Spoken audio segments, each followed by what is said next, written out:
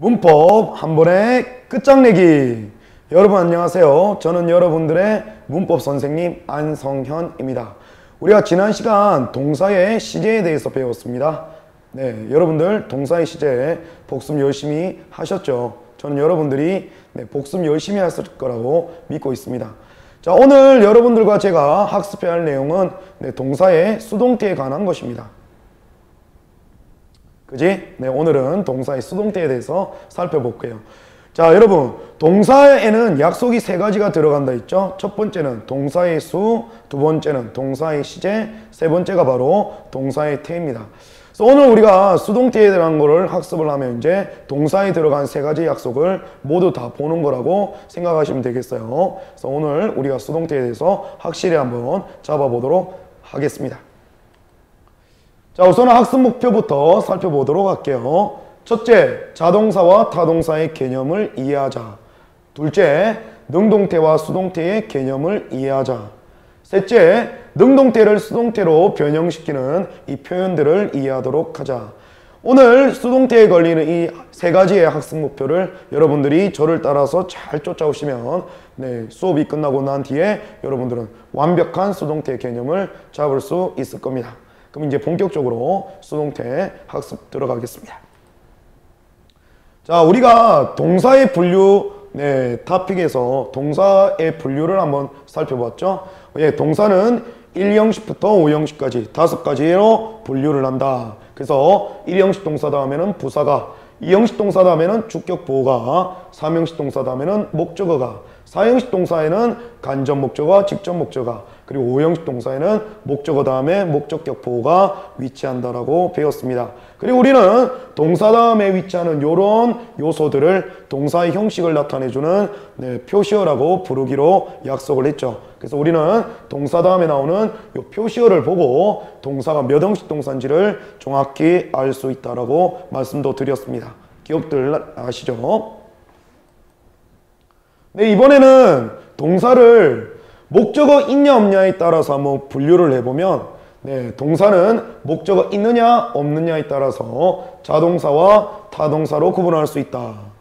그리고 자동사라는 건 목적어 없이 주어 스스로, 그죠? 스스로 자체니까 목적 없이 주어 스스로 동작을 나타낼 수 있는 동사를 우리는 자동사라고 부른다고 했습니다. 그리고 동작의 대상인 목적어가 반드시 있어야만 동작을 나타낼 수 있는 동사를 타동사라고 얘기했죠. 요때 타는, 그러니까 주어가 자잖아. 그죠? 주어 스스로가 자라고 한다면 이 타라고 하는 거는 주어 말고 다른 존재, 즉 목적어를 의미하는 겁니다. 그러면 타동사라는 건 뭐예요? 주어뿐만 아니라 주어 말고 다른 존재, 즉 목적어가 있어야만 동작을 나타낼 수 있는 동사를 타동사라고 생각하시면 되겠죠. 그래서 동사를 목적어 있니 없니라고 구분했을 때 목적어가 없어도 되는 자동사와 목적어가 반드시 있어야만 하는, 그죠? 타동사로 구분할 수 있다라고 여러분들이 생각하시면 되겠습니다. 그럼 자타의 개념은 뭐겠어요? 동사를 목적어 있냐 없냐로 구분하면 모든 동사는 자동사와 타동사로 구분될 수 있다는 거 여러분들이 이해해 주시면 되겠습니다. 그래서 1형식 동사 다음에는 부사가 오죠. 2형식 동사 다음에는 주격 보어가 옵니다. 이렇게 1, 2형식 동사 다음에는요 목적어가 위치하지 않습니다. 이렇게 목적어가 위치하지 않는 1, 2형식 동사는 무슨 동사로 와야 돼? 주어가 스스로 동작을 행하는 자동사라고 생각하시면 되겠죠. 그리고 3형식 다음에는 목적어가, 4형식 동사 다음에는 간접 목적어와 직접 목적어, 그리고 5형식 동사 다음에는 목적어 다음에 목적어 보어가 위치하잖아. 이렇게 3형식, 4형식, 5형식 동사처럼 다음에 목적어를 반드시 취하는 동사를 무슨 동사로 부른다? 타동사라고 말한다 이거지. 이렇게 1, 2, 3, 4, 5형식 동사를 목적어 있니 없니라고 분류하면 이렇게 자동사와 타동사로 구분할 수가 있다라는 겁니다. 이해가시죠? 자, 이번에는 수동태와 능동태의 개념을 한번 살펴보도록 할게요. 자, 수동태라는 것은 주어가 뭐뭐 하다라는 의미로 주어가 행위의 주체가 되는 문장의 형태. 여러분, 행위의 주체가 누굽니까? 주어잖아. 그럼 쉽게 말해서 능동태는 뭘 얘기하는 겁니까? 주어가 주어 역할을 하는 문장의 형태입니다. 여러분, 주어가 주어의 역할을 하는 문장의 형태. 어떤 형태야? 일반적인 문장의 형태겠지. 그래서 능동태는요, 우리가 일반적으로 사용하는 문장의 형태를 능동태라고 보시면 됩니다. 그래서 우리는 대부분 문장이 어떻게 돼? 주어가 뭐뭘 하다라는 의미가 되잖아. 전부 주어가 행위의 주체인 주어 역할을 하는 문장이 능동태라고 보시면 됩니다. 그럼 수동태는 뭐냐? 수동태는 주어가 뭐뭇을 하다라는 의미가 아니라 주어가 뭐뭐 되다라는 의미로 문장의 주어가 행위의 대상이 되는 문장의 형태를 수동태라고 해요. 자, 여러분, 행위의 대상이라는 건 뭘 얘기하는 거예요? 목적어를 얘기하는 거지. 즉, 문장의 주어가 원래 동작이 뭐였다? 목적어였다라는 거겠죠. 그러니까 주어가 행하다가 아니라 주어가 되어지다라는 문장이 되는 겁니다.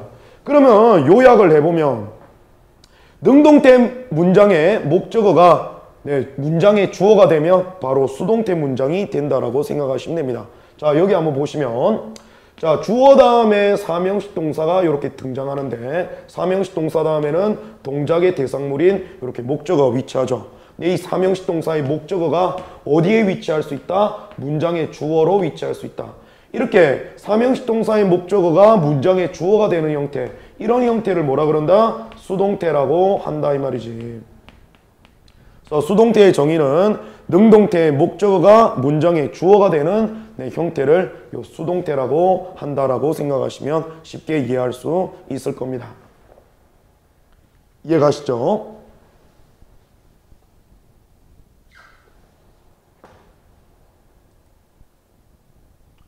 자, 그리고 우리가 다음 걸 한번 보면 능동태의 목적어가 수동태의 주어가 되기 때문에 목적어를 가지지 않는 자동사는 수동태가 불가능하다. 자, 여러분, 요 자동사 같은 경우는 다음에 목적어가 옵니까 안 옵니까? 안 오잖아. 그러면 목적어가 주어로 나가는 수동태 문장도 어떻게? 불가능하겠죠. 그지? 그래서 우리가 자동사의 수동태를 걸면 문법적으로 에러 처리가 되는 겁니다. 두 번째, 자, 타동사 다음에 목적어가 위치한다면 목적어가 주어로 나가는 것이 아니기 때문에 수동태가 아닌 능동태로 봐야 된다. 자, 여러분, 타동사 다음에는 반드시 목적어가 이렇게 위치해요. 근데 타동사 다음에 목적어가 이렇게 위치했다라는 건 목적어가 주어로 나간 게 아니라는 거죠. 목적어가 주어로 나간 게 수동태 문장입니다. 근데 타동사 다음에 목적어가 있다는 건 목적어가 주어로 나가지 않았다는 거니까 이 문장은 목적어가 주어로 나간 수동태 문장이 아니라 우리가 일반적으로 알고 있는 목적어가 목적어 역할하는 능동태 문장이라고 봐야 되는 게 맞는 거죠. 세 번째, 타동사 다음에 반드시 위치해야 할 목적어가 없다면 목적어가 주어로 위치한 수동태 문장이다.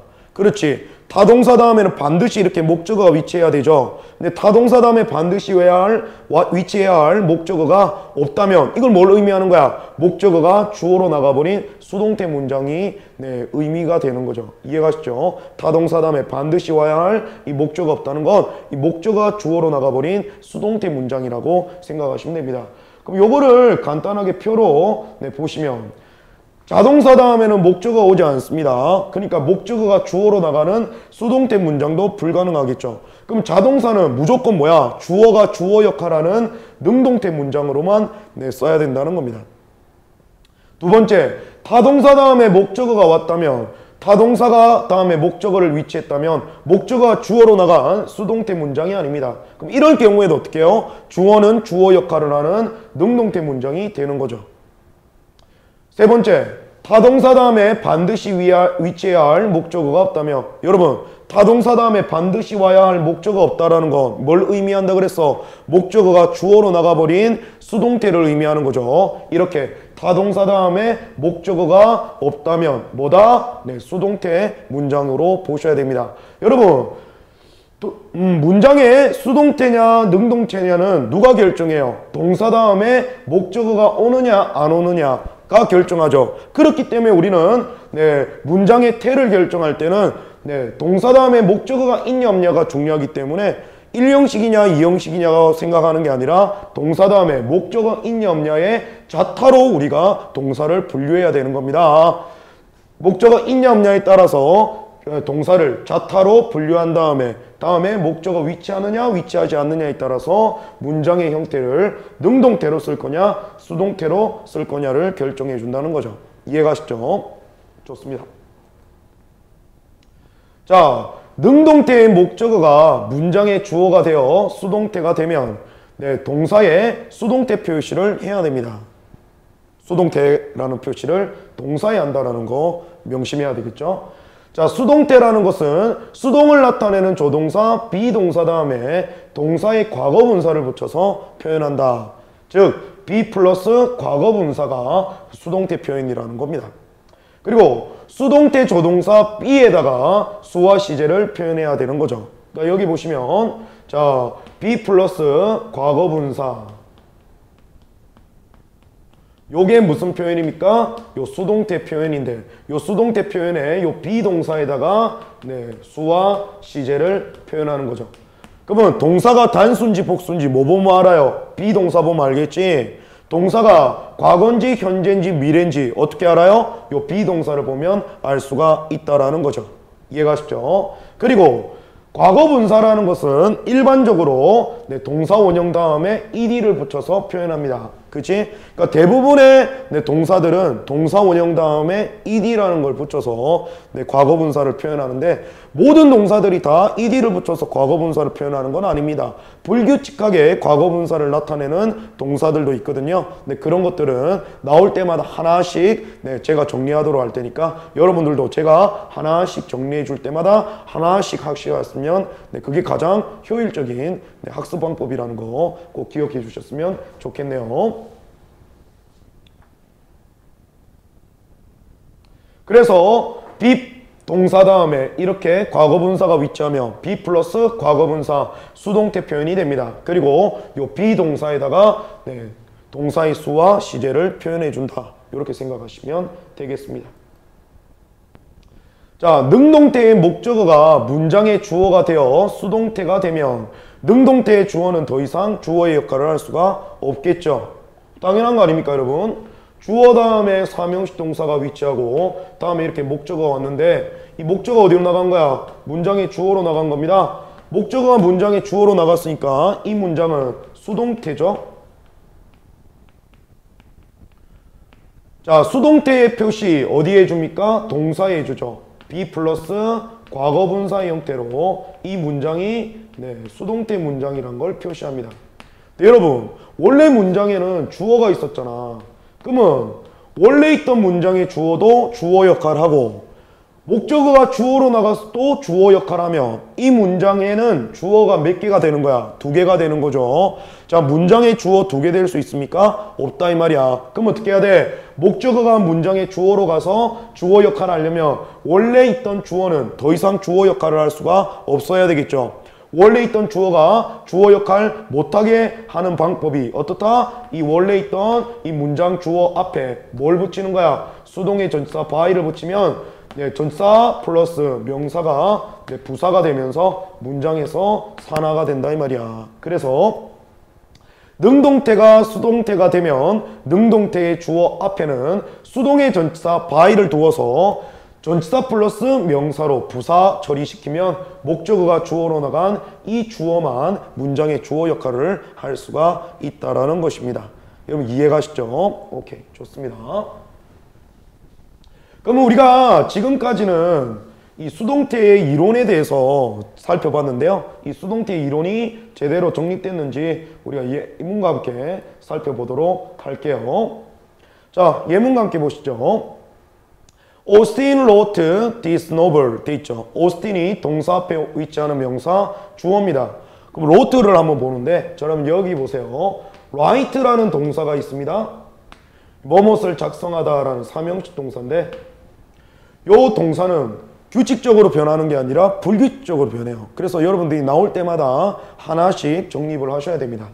write라는 동사의 과거형은 wrote, 그리고 과거분사형은 written입니다. 이렇게 불규칙한 동사는 선생님이 하나씩 정리해 줄 때마다 여러분들도 하나씩 이렇게 알아나가시면 됩니다.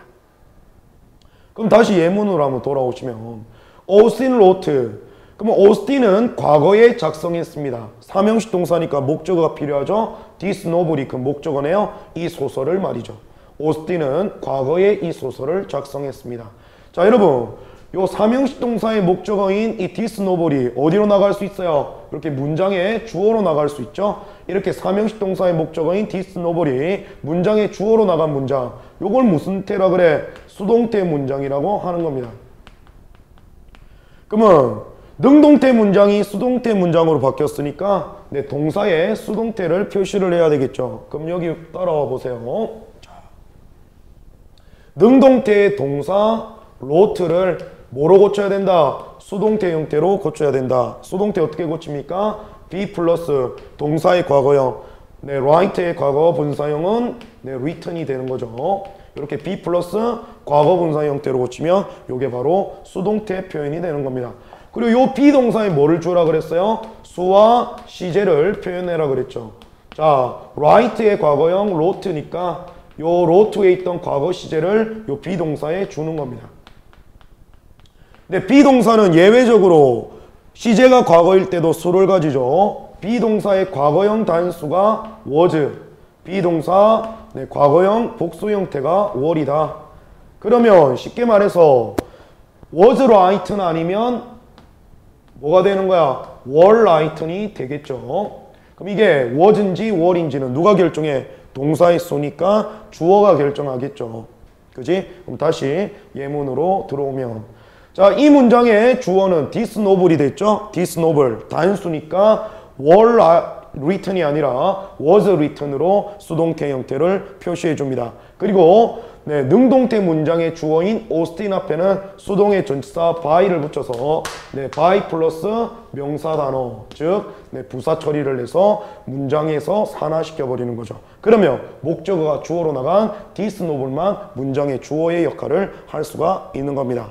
해석하면요, this novel, 이 소설은 was written, 작성되어졌습니다. 과거에 누구에 의해서? by Austin, 오스틴에 의해서 작성되어졌습니다. 이렇게 능동태의 문장이 수동태 문장으로 변환이 되는 겁니다.